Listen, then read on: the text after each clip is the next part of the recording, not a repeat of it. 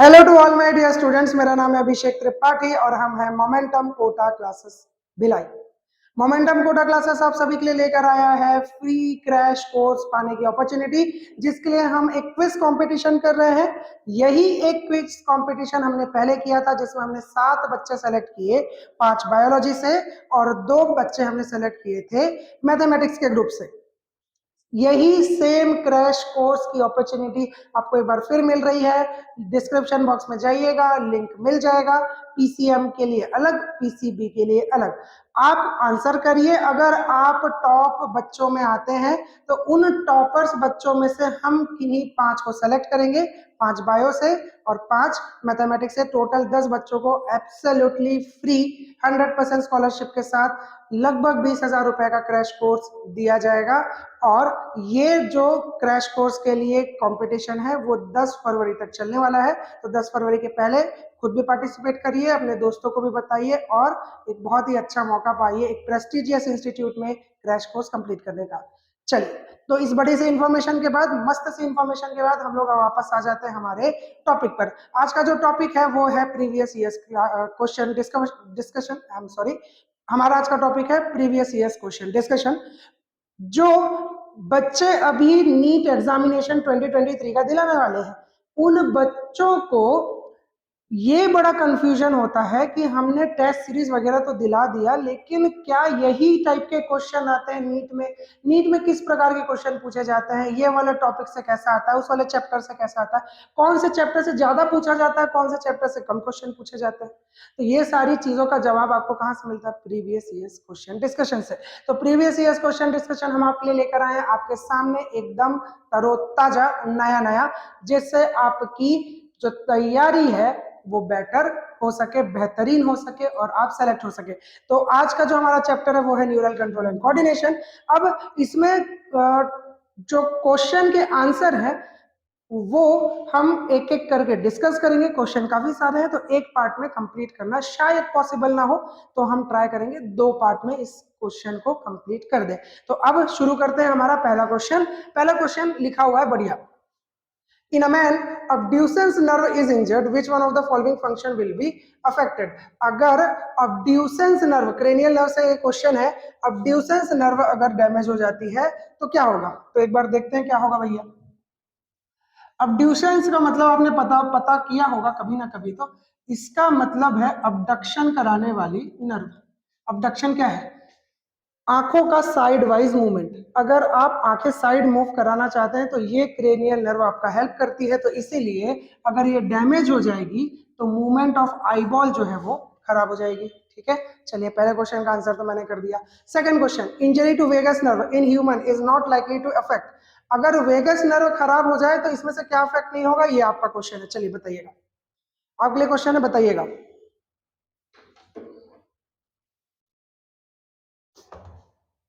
चलिए वापस आए, मैं बताऊं। अब जिनका भी आंसर ए है वो आंसर सही है। अगर आपका आंसर सही है तो कॉन्ग्रेचुलेशन। अब ए क्यों है ये देख लेते हैं। देखिए, वेगस नर्व यानी कि नर्व नंबर 10, ये लॉन्गेस्ट नर्व है। ये निकलती है मेड्यूला ऑब्लोंगेटा से, मेड्यूला से निकलती है और जाती है बिल्कुल नीचे की तरफ, इससे पूरा नीचे डायफ्राम क्रॉस करते हुए जितने इंटरनल ऑर्गन है सबको ये कंट्रोल करती है। तो वेगस नर्व के खराब हो जाने के कारण आपके सारे इंटरनल ऑर्गन्स जो है वो काम करना बंद कर देंगे। और जो आपका टंग होता है वो कॉन्शियस कंट्रोल में होता है, मतलब सेरिब्रम से कंट्रोल होता है, मेड्यूला से कंट्रोल नहीं होता है। इसीलिए टंग का मूवमेंट मेड्यूला यानी कि वेगस नर्व कंट्रोल नहीं करने वाली है। That's why tongue movement is our answer. Question number 3 पर आते हैं। बहुत बढ़िया, जोरदार, सुंदर सा क्वेश्चन। Which cranial nerve has the highest number of branches? ये बहुत ही फेमस क्वेश्चन है, बार बार पूछा जाता है। बहुत सारी टेस्ट सीरीज में आपको ये क्वेश्चन जो है वो दिखाई दे जाएगा।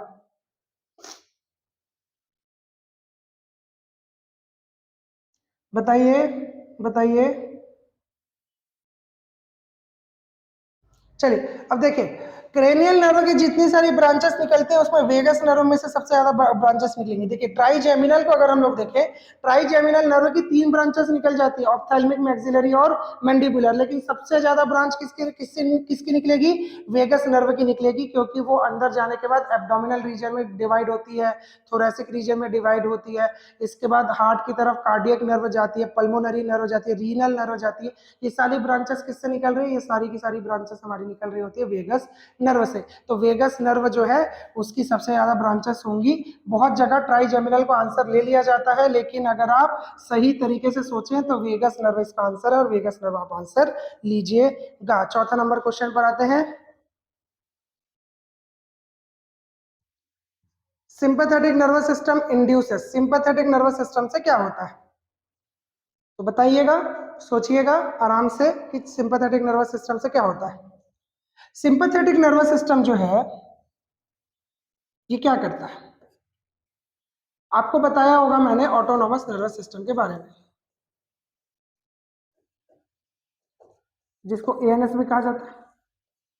ये जो ऑटोनोमस नर्वस सिस्टम है दो टाइप का होता है, एक होता है sympathetic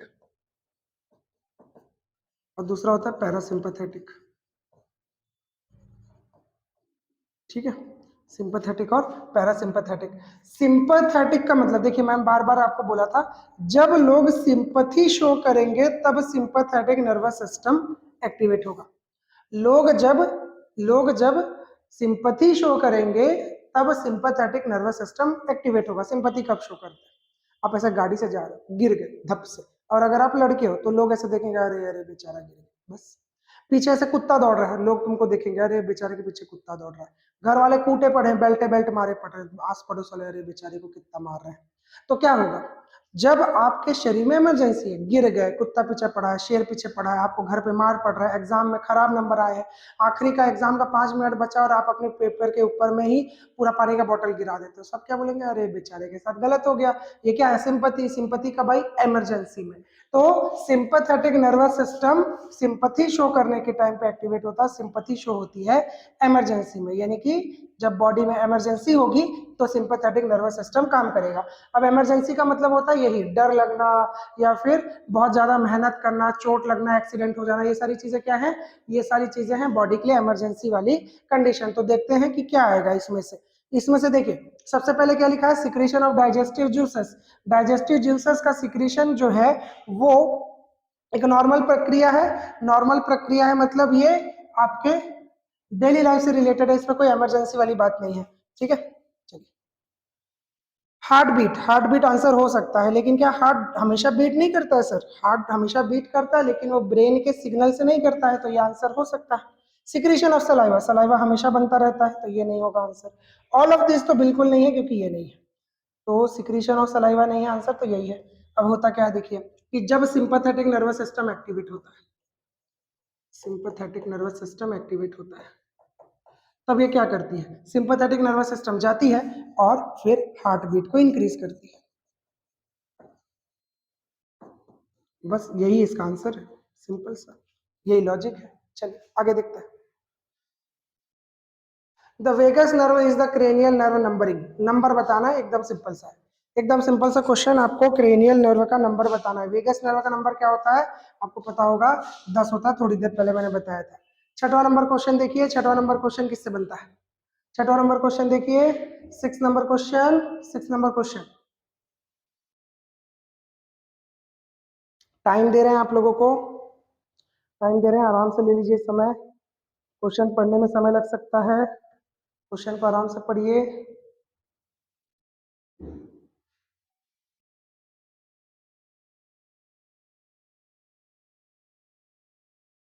By which nervous system and of what type the blood is supplied into visceral organ? Visceral organ में किस तरीके के नर्वस सिस्टम से? विसरल ऑर्गन क्या होता है?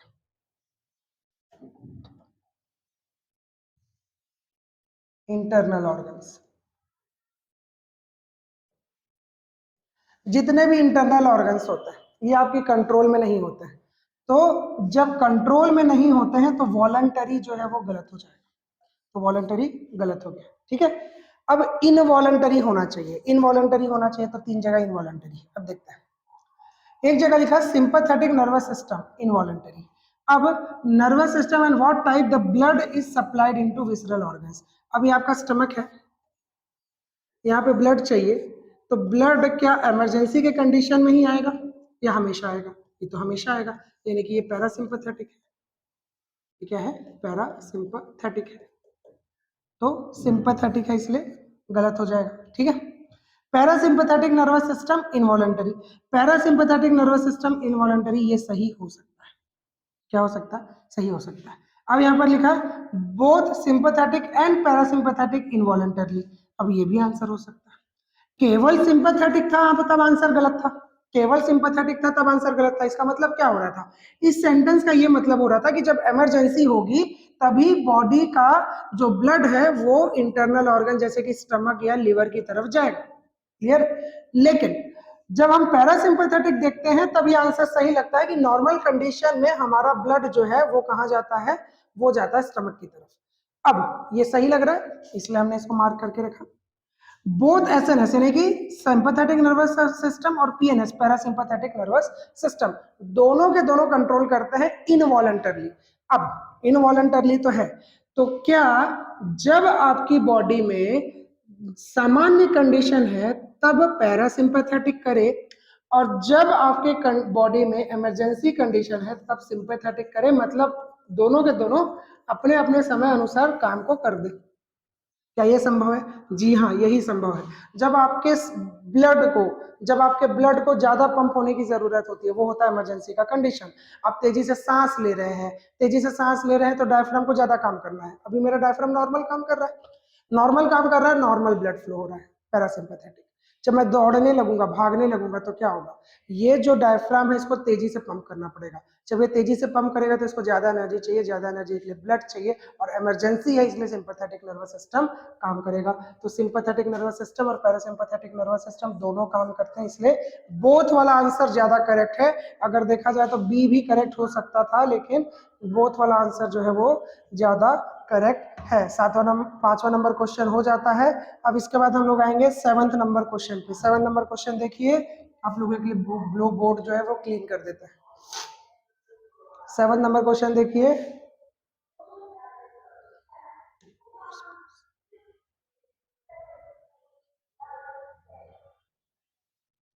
चलिए तो 7वां नंबर क्वेश्चन क्या रहेगा? 7वां नंबर क्वेश्चन देखिए, the sympathetic nervous system in mammals arise from.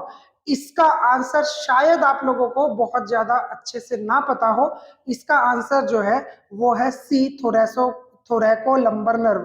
Thoracolumbar nerve क्या होते हैं? देखो, सैक्रम वाले हिस्से से नर्व निकलती है।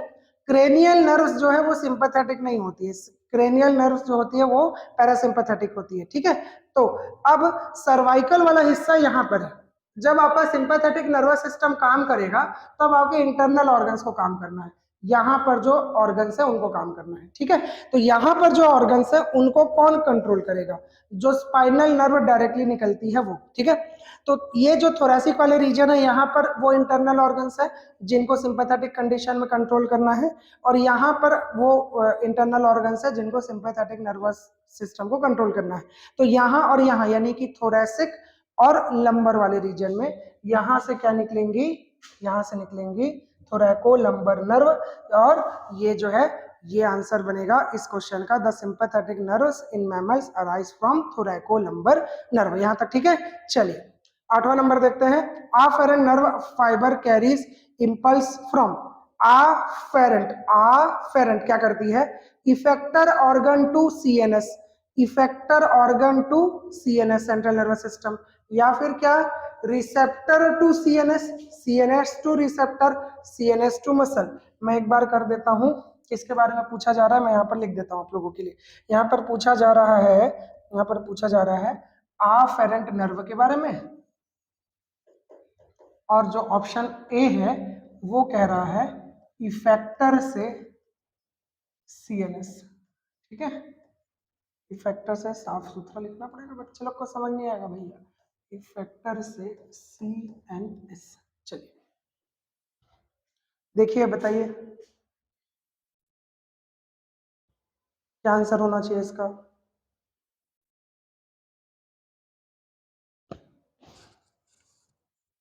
चलिए तो देखें देखें देखें, अब आप लोगों में से कुछ लोग तो इसका आंसर दे चुके होंगे और कुछ लोग जो है थोड़ा सा हो सकता है इसमें फंस गए होंगे। अब देखते हैं कौन फंसा कौन निकल गया। अब देखिए आफेरेंट, मैंने अगर आप लोगों ने मुझसे पढ़ा है तो आपको पता होगा आफेरेंट, आ मतलब कोई बुला रहा है। कौन बुला रहा है? देखो कोई बड़ा आदमी बुलाता तो ये अपन जाता है, ठीक है, तुम्हारा छोटा भाई बुलाएगा भाई इधर आता हूँ, खींच के मारोगे नहीं उसको, तू इधर आ बे, मैं थोड़ी नहीं जाऊंगा, ऐसा टाइप का हो जाता है। तो कोई बड़ा आदमी बुलाता है तो ही जाता है, ठीक है। कौन बुला रहा है? बड़ा आदमी। बड़ा आदमी कौन है? ब्रेन।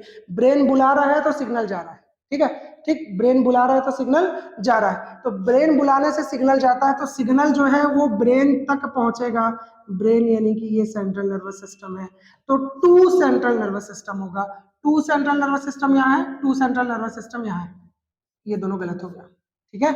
अब इफेक्टर टू सीएनएस, अब इफेक्टर क्या होता है, रिसेप्टर क्या होता है, ये इधर देखो, यहाँ पे मच्छर काटा मैंने, ये वाले हाथ से मारा, ये रिसेप्टर है, ये वाला हाथ जहां मच्छर काट रहा है रिसेप्टर है, और दूसरा हाथ जो मारने आ रहा है वो इफेक्टर है। तो सिग्नल इफेक्टर में जाता है, ब्रेन से इफेक्टर में जाता है, इफेक्टर इफेरेंट, इफेक्टर इफेरेंट, और ये जो रिसेप्टर होता है वो आफेरेंट होता है। रिसेप्टर वाला आंसर सही है, इफेक्टर वाला गलत है, ठीक है, ठीक है, रिसेप्टर टू सीएनएस। चलिए अभी थोड़ी देर पहले वेगस नर्व वाला क्वेश्चन बनाया था, 10वां नंबर होता है, देखिए ये बहुत फेवरेट क्वेश्चन है सबका, मैंने पहले भी बताया आपको। देखिए 10वां number question, one function of parasympathetic nervous system is, one function of parasympathetic nervous system is, देखिए देखिए देखिए, पैरासिम्पैथेटिक क्या करेगा? पैरासिम्पैथेटिक वो सारी चीजें करेगा जो आप नॉर्मल कंडीशन में करते हैं। कॉन्ट्रैक्शन ऑफ हेयर मसल, आपके रोंगटे खड़े हो जाते हैं, वो क्यों होता है? क्योंकि उसके नीचे जो मसल है वो ऐसे ऐसे ऐसे करके कॉन्ट्रैक्ट होता है, मसल जो है कॉन्ट्रैक्ट होता है। तो कॉन्ट्रैक्शन ऑफ हेयर मसल यानी कि रोंगटे खड़े होना। सिंपैथेटिक है पैरासिम्पैथेटिक है? सिंपैथी, सिंपैथेटिक, इमरजेंसी, इमरजेंसी है ना कि पैरासिम्पैथेटिक है। Stimulation of sweat glands, sweating जो है वो पैरासिम्पैथेटिक है या सिंपैथेटिक है? अब देखो जब आपको डर लगता है तब पसीना निकलता है कि आराम से मस्त मजे से बैठे हो तब पसीना निकलता है? पसीना आएगा जब आपको डर लगेगा, जब पसीना आएगा जब आपको डर लगेगा, तो ये भी पैरासिम्पैथेटिक नहीं है। Acceleration of heart beat, heart beat का इंक्रीज हो जाना, ये तो तभी होता है ना जब जब कोई सिंपैथी वाली बात होती है, ठीक है, तो ये भी गलत है। कंस्ट्रक्शन ऑफ प्यूपिल, प्यूपिल इतू है, प्यूपिल अगर इतना बड़ा हो गया तो डर के मारे, प्यूपिल जो है फिर से नॉर्मल हो गया तो डर खत्म हो गया, यानी कि पैरासिम्पैथेटिक। जो जो इमरजेंसी में नहीं हो रहा है बस वही पैरासिम्पैथेटिक है, जो नॉर्मल कंडीशन में हो रहा है बस वही पैरासिम्पैथेटिक है। यहाँ तक ठीक? चलिए 11वां नंबर क्वेश्चन देखिए, which of the following cranial nerve can regulate heart beat. अब आपको मैंने बताया है कि इकलौती क्रेनियल नर्व जो नीचे तक आती है वेगस है, और वेगस का नंबर है 10, और 10 जो है हमारा आंसर बन गया, इसको एक्सप्लेन करने की जरूरत नहीं थी। देखिएगा 12 नंबर में देखिएगा, निसल्स बॉडी आर्म या निसल्स ग्रैन्यूल जिसे कहा जाता है, निसल्स ग्रैन्यूल किसके बने होते हैं? निसल्स ग्रैन्यूल किसके बने होते हैं? अगर आपने मेरा लेक्चर देखा है तो आपको पता होगा, टाइम दे रहे हैं, सोचिए सोचिए सोचिए। चलिए देखते हैं, प्रोटीन और लिपिड हो सकता है, डीएनए आरएनए ये भी हो सकता है, न्यूक्लिक एसिड एसईआर ये भी हो सकता है, राइबोसोम एंड आरईआर ये भी हो सकता है। हो तो सब सकता है सर, फिर कैसे करेंगे आंसर को? मेरा लेक्चर देखेंगे, मेरा लेक्चर देखेंगे तो बताऊंगा कि नीसल्स ग्रैन्यूल क्या है, केवल राइबोसोम है। क्या है? राइबोसोम, साफ सुथरा राइबोसोम आंसर है। क्या है? साफ सुथरा राइबोसोम आंसर है, बाकी सब ऑटोमेटिकली हट गए। कैसे पता चला? अभिषेक सर बताए थे, अभिषेक सर बताए थे। 13वां नंबर प्रश्न, 13वां नंबर प्रश्न, myelin sheath is produce by, myelin sheath को कौन बनाता है? माइलिन शीथ को कौन बनाता है? एस्ट्रोसाइट बनाते हैं, श्वान सेल बनाते हैं? हो सकता है श्वान सेल तो बनाता है, ये तो पढ़े अपन, अपन पढ़े श्वान सेल बनाता है कि नहीं बच्चा लोग? श्वान सेल बनाता है, बनाता है। तो श्वान सेल यहाँ लिखा है। ओलिगोडेंड्रोसाइट्स ये क्या होता है सर? और ऑस्टियोक्लास्ट ये क्या होता है सर? ऑस्टियोक्लास्ट और एस्ट्रोसाइट, बाप रे बाप रे बाप, ये क्या क्या नया नया नाम है सर। बेटा इसके लिए भी मेरा लेक्चर देखना पड़ेगा। एस्ट्रोसाइट जो होता है ये ब्लड ब्रेन बैरियर बनाता है, ठीक है, एस्ट्रोसाइट जो है वो ब्लड ब्रेन बैरियर बनाता है। ऑस्टियोक्लास्ट, ऑस्टिया लिखा है इसमें, क्या लिखा है? ऑस्टिया लिखा है, ऑस्टिया मतलब हड्डी, क्या बच गया? श्वान सेल बनाता है और ओलिगोडेंड्रोसाइट भी बनाता है, दोनों के दोनों बनाते हैं। श्वान सेल और ओलिगोडेंड्रोसाइट में क्या अंतर है? ये जब आपको एनिमल टिश्यू पढ़ाएंगे तब बताएंगे। क्या करेंगे? एनिमल टिश्यू पढ़ाएंगे तब बताएंगे। ये एक नर्व है, इसके ऊपर श्वान सेल है, तो यहाँ पर जो माइलिन शीथ है इसको एक एक श्वान सेल बनाता है। एक सिंगल न्यूरॉन के ऊपर माइलिन शीथ है तो उसको श्वान सेल बनाता है। दो न्यूरॉन, ये दो न्यूरॉन, ठीक है। इन दो न्यूरॉन के बीच में इन दोनों को जोड़ने के लिए माइलिन शीथ बनाता है, वो ओलिगोडेंड्रोसाइट होता है। क्या होता है? ओलिगोडेंड्रोसाइट होता है, ठीक है। तो ये दोनों क्या करते हैं? ये दोनों हमारे नर्वस सिस्टम में माइलिन शीथ बनाते हैं। ओलिगोडेंड्रोसाइट जो है हम लोग एनिमल टिश्यू में पढ़ेंगे, ठीक है। चलिए, तो डी आंसर बन गया। 14 नंबर देखिए, 14 number, receptor sites for neurotransmitter are present on, देखिए कहां कहां पर होता है। अब टिप्स ऑफ एक्सॉन, एक्सॉन, ये इसका टिप, ये यहीं से तो न्यूरोट्रांसमीटर रिलीज हो रहा है, तो वहां पर रिसेप्टर थोड़ी ना होगा। Membrane of synaptic vesicle, oh sorry synaptic vesicle, ये जो बल्ब है इसके अंदर क्या होता है? वेसिकल, और वेसिकल के अंदर ही तो न्यूरोट्रांसमीटर है, तो इसका मेम्ब्रेन में कहां से रिसेप्टर हो सकता है? तो जिन लोग इसको रिलीज कर रहे हैं, किसको? न्यूरोट्रांसमीटर को, जो रिलीज कर रहा है उसके पास रिसेप्टर नहीं होगा, जहां जाता है रिसेप्टर वहां चाहिए होता है। प्री साइनेप्टिक मेम्ब्रेन क्या है? ये देखिए, ये हुआ एक बल्ब, ये हुआ अगला डेंड्रॉन। प्री साइनेप्टिक मेम्ब्रेन ये है, पोस्ट साइनेप्टिक मेम्ब्रेन ये है, क्योंकि ये साइनेप्स है, साइनेप्स के पहले ये, साइनेप्स के बाद ये। अब रिलीज इधर से हो रहा है, तो रिसेप्टर इधर तो चाहिए नहीं, पहुंच यहाँ रहा है, इसलिए रिसेप्टर यहाँ चाहिए। कहाँ चाहिए? पोस्ट साइनेप्टिक मेम्ब्रेन में। कहाँ चाहिए? पोस्ट साइनेप्टिक मेम्ब्रेन में। इसका आंसर जो है वो सी है। चलिए, 15 नंबर क्वेश्चन बताइएगा, 15 नंबर क्वेश्चन बताइएगा, बताइए, आपको समय दे रहे हैं। ये सेल का क्वेश्चन है वैसे तो देखा जाए, ठीक है। हमेशा याद रखिएगा कि इंट्रासेल्यूलर का क्या मतलब होता है। सेल के अंदर, अब आपको पता है, अगर आपने केवल न्यूरॉन भी पढ़ा है, अंदर की तरफ माइनस आयन होता है, बाहर की तरफ पॉजिटिव। ये माइनस किसके कारण बनता है? पोटेशियम के कारण बनता है। हमेशा सेल के अंदर पोटेशियम हाईएस्ट नंबर में रहेगा, सोडियम बहुत कम रहता है। सेल के अंदर सोडियम हमेशा लो कंसंट्रेशन में रहता है, सोडियम का कंसंट्रेशन हमेशा सेल में कम होता है, ठीक है। चलिए, बाकी सब कुछ करने की जरूरत ही नहीं थी, आगे बढ़ते हैं।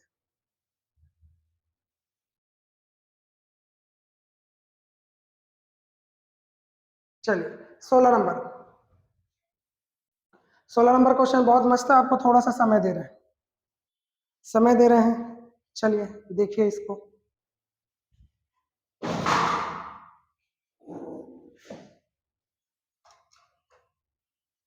समय दे रहे हैं इसको, बनाइए बनाइए बनाइए।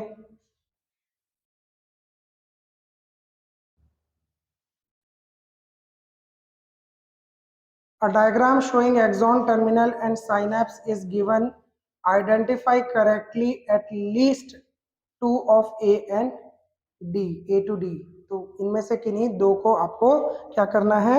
आपको पता लगाना है कि कौन सा चीज सही दिया, कौन सा चीज गलत दिया। तो अब देखते हैं। चलिए, अब आपको काफी समय मिल गया है, तो अब आपको ये देखना है कि आपको नाम किसका मालूम है।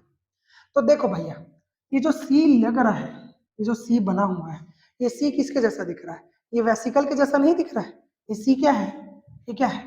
ये मेरे को तो यही समझ में आ रहा है कि ये सी जो है वेसिकल है, बाकी मेरे को नहीं मालूम सी क्या है, वेसिकल है। जहां सी वेसिकल है वो सही हो सकता है। तो सी में न्यूरोट्रांसमीटर दिया है, न्यूरोट्रांसमीटर ये है अंदर, एरो कहां पर बना है? यहाँ पर।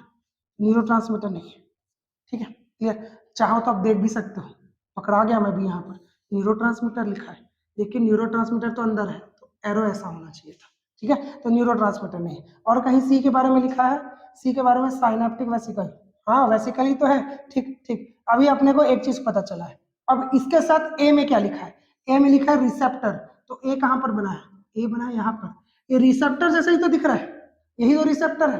फिर भी अगर कंफ्यूजन है तो किसी और में अगर चेक करना चाहें, तो किसी और के अंदर अगर आप चेक करना चाहें तो चेक कर सकते हैं। जैसे कि डी को चेक करते हैं, डी को चेक करते, देखिए एक को आपने एलिमिनेट कर दिया, ठीक है, ये वाला क्या कर दिया आपने, एलिमिनेट कर दिया, और अभी आपको लग रहा है कि सी आंसर हो सकता है, ठीक है, लेकिन हमेशा क्रॉस चेक जरूर करिएगा एक बार।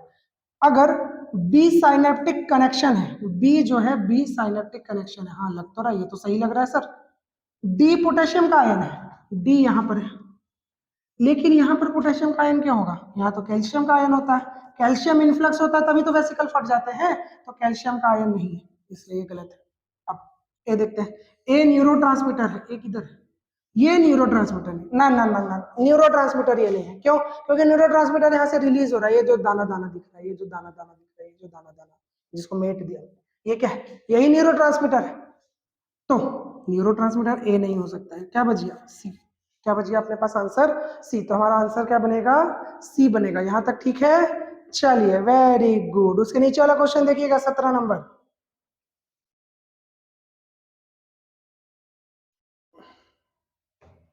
उसके नीचे का क्वेश्चन देखिए 17 नंबर, 17 नंबर, 17 नंबर,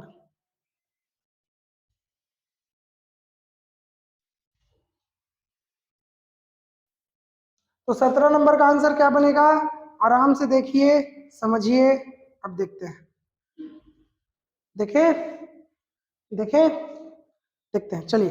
अब the figure shows an axon terminal and synapse, select the option given correct identification of labels.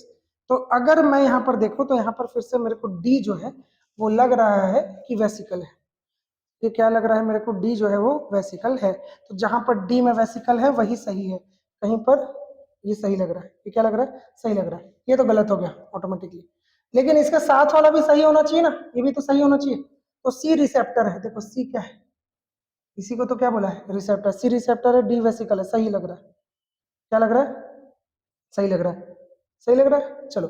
A action potential है, सही बोल रहा है, लेकिन सी क्या न्यूरोट्रांसमीटर है यहाँ पर, ये न्यूरोट्रांसमीटर है, नहीं न्यूरोट्रांसमीटर यहाँ पर, तो ये तो गलत हो गया।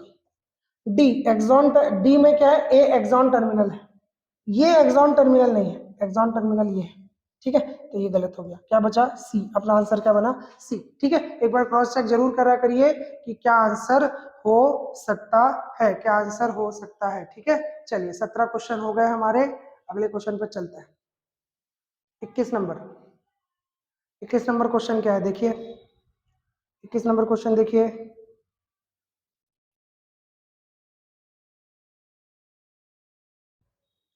during the transmission of nerve impulse, during the transmission of nerve impulse through a nerve fiber, the potential on the inner side of the plasma membrane has which type of electric change, ठीक, मस्त सा question है, theoretical question है, theoretical question का आप लोग खुद answer बताइएगा।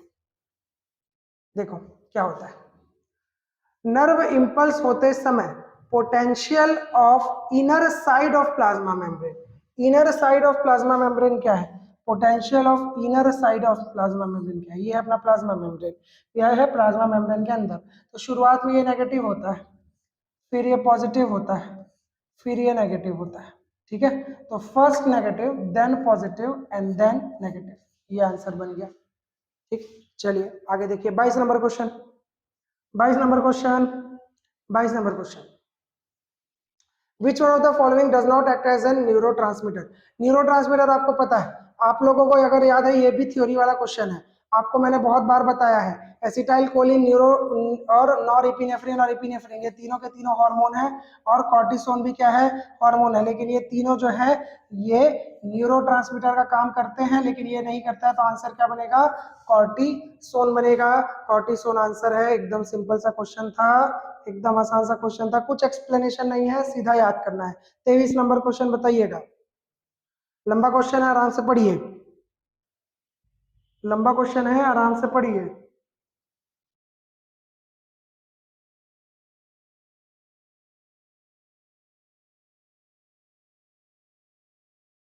चलिए देखते हैं, Parkinson's disease characterised by tremors and progressive rigidity of limbs is caused by degeneration of brain neurons that are involved in movement control and make use of neurotransmitter, यानी कि अब ये किस तरीके के न्यूरॉन से रिलेटेड है और ये किस तरीके देखिए Parkinson disease is caused by degeneration of brain neurons that are involved in movement control and make use of neurotransmitter।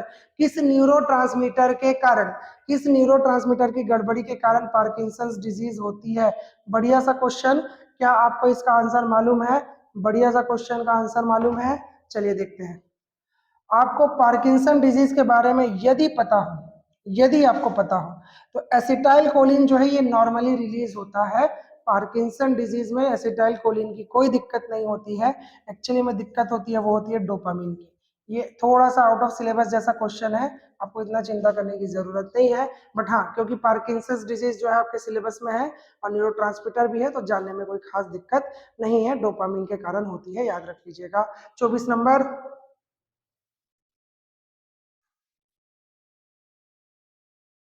in the resting state of neural membrane, diffusion due to concentration gradient if allowed would drive। क्या होगा? Potassium अंदर कि potassium बाहर, कि sodium अंदर कि sodium बाहर, क्या होना चाहिए? Potassium into the cell. Potassium तो पहले से अंदर है, नहीं आएगा। पोटेशियम एंड सोडियम एक साथ बाहर, नहीं होगा। सोडियम इनटू द सेल हो सकता है, sodium out of the cell नहीं होता है, सोडियम जो है सेल के अंदर आता है। 24 का आंसर बनेगा सी। 24 नंबर क्वेश्चन का आंसर क्या बनेगा? सी। 25 नंबर क्वेश्चन पे चलते हैं और आगे की तरफ बढ़ते हैं। 25 नंबर क्वेश्चन क्या है? 25 नंबर क्वेश्चन क्या है जी? देखिए, देखते हैं। 25 कह रहा है what used to be described as Nissl's granules in nerve cells now identified as. ये थोड़ी देर पहले बताया था, राइबोसोम आंसर इसका। 26 number, which of the following statement is correct for node of Ranvier of nerve? node of Ranvier क्या है? 26 number question, node of Ranvier क्या है? node of Ranvier क्या है? देखिए, देखते हैं। Neurilemma is discontinuous. न्यूरीलेमा का मतलब होता है न्यूरॉन का प्लाज्मा मेम्ब्रेन। न्यूरीलेमा, लेमा का मतलब हो गया membrane. Myelin sheath is discontinuous. Both neurilemma and myelin sheath are discontinuous covered by myelin sheath. इसका आंसर क्या होना चाहिए? इसका आंसर आप सभी को मालूम है, माइलिन शीथ के बीच में जो गैप होता है वो होता है आंसर। कंफ्यूजन बी और सी में हो सकता है, लेकिन प्लाज्मा मेम्ब्रेन कहीं से टूटी हुई हो ये पॉसिबल नहीं है, इसलिए आंसर क्या बनेगा? आंसर बनेगा, आंसर इसका बी। ठीक है, चलिए 27 नंबर क्वेश्चन को देखते हैं। बस ये दो क्वेश्चन और करेंगे, इस पेज के खत्म करेंगे। इसमें प्रीवियस ईयर्स क्वेश्चन में हमारे पास 70 प्रश्न है, 70, तो 28 आज करेंगे और बाकी के नेक्स्ट पार्ट पे करेंगे, क्योंकि वीडियो बहुत लंबा हो जाएगा। मैं चाह रहा था 35 कर लेते, बट 35 जो है वो अगले पेज में जाएगा, तो अगले पेज में जाने से अच्छा यहीं पर खत्म कर देते हैं। दो ये question, depolarisation of axolemma during nerve conduction takes place because of. डीपोलराइजेशन क्यों होता है? डीपोलराइजेशन क्यों होता है? देखते हैं डीपोलराइजेशन क्यों होता है, बताइएगा, सोचिएगा, सोचिएगा। 27 नंबर प्रश्न का आंसर क्या होना चाहिए? 27 नंबर प्रश्न का आंसर क्या होना चाहिए? बहुत आसान सा प्रश्न है, चलिए देखते हैं। बहुत समय इसलिए दिया ताकि आप सोच सकें। Equal amount of sodium and potassium move out across the axolemma. क्या बाहर जाने वाला पोटेशियम और अंदर आने वाला सोडियम बराबर होता है? हो सकता है, शायद हो सकता है कि नहीं हो सकता है, इक्वल हो सकता है, अभी अपने को आइडिया नहीं है, थोड़ा सा सोचेंगे। ठीक है, थोड़ा सोचेंगे। Sodium move inside and potassium move more outside, ये तो ठीक लग रहा है। मोर सोडियम आउटसाइड, सोडियम बाहर ज्यादा होता है, place because of more sodium outside. ये सोडियम बाहर होता तो है, लेकिन क्या इसके कारण डीपोलराइजेशन है? नहीं, डीपोलराइजेशन मूवमेंट के कारण होता है। मूवमेंट लिखा होता तो ठीक है, मूवमेंट टुवर्ड्स इनसाइड टाइप का कुछ होता, ठीक है। None of this, none of this तो हो सकता है भैया, नन ऑफ दिस में क्या है, देखते हैं। चलिए, नन ऑफ दिस को देखने के लिए इन दोनों में को गलत साबित करना पड़ेगा, एक को गलत साबित कर लिया। Equal amount of sodium and potassium move out, equal amount of sodium and potassium move out. फिर से देखो, equal amount of sodium and potassium move out, equal amount of sodium and potassium move out, यानी कि ऐसा दोनों अंदर है वो बाहर जा रहे हैं, गलत है, गलत है। Sodium ion move inside, and potassium move more outside. Sodium अंदर आता है, पोटेशियम बाहर जाता है, और यही क्या है, यही सत्य है। तो यही आंसर बनेगा 27 का। लास्ट क्वेश्चन 28, आज के वीडियो का लास्ट क्वेश्चन है 28 नंबर। बहुत आसान सा क्वेश्चन है, बहुत ही आसान सा क्वेश्चन है, इसके लिए ज्यादा सोचने की जरूरत नहीं है। चलिए देखते हैं। The junction between the axon and one neuron and the dendrite of next neuron is called. आप सभी को पता है जंक्शन को हम लोग साइनेप्स कहते हैं। ये नहीं पता है तो आपको पढ़ना पड़ेगा जी, अच्छे से पढ़िएगा। चलिए देखिए, आज 28 क्वेश्चन हमने सॉल्व किए, बाकी के क्वेश्चन जो है हम लोग अगले वीडियो में सॉल्व करेंगे। आने वाले वीडियो में कुछ सॉल्व करेंगे 42 क्वेश्चन, वहां पर हम लोग चेक करेंगे कि आपको कितना आता है और क्या जो है क्वेश्चन पूछने का पैटर्न है। बहुत सिंपल से क्वेश्चन आपको समझ में आ गया। क्रेनियल नर्व से क्वेश्चन पूछा जा रहा है, नर्व इंपल्स, एक्शन पोटेंशियल जैसी चीजों से क्वेश्चन पूछा जा रहा है। अभी तक तो हमको ये देखने को मिला, इसका आगे आँख कान भी आएगा, उसमें भी देखते हैं कैसे क्वेश्चन उसमें से आते हैं। आज का ये वीडियो कैसा लगा जरूर बताइएगा कमेंट बॉक्स में। लाइक कीजिए, शेयर करिए अपने दोस्तों के साथ। सब्सक्राइब नहीं किया तो सब्सक्राइब जरूर करिएगा। आगे आने वाले वीडियोस का इंतजार करिएगा। आज के लिए थैंक यू वेरी मच।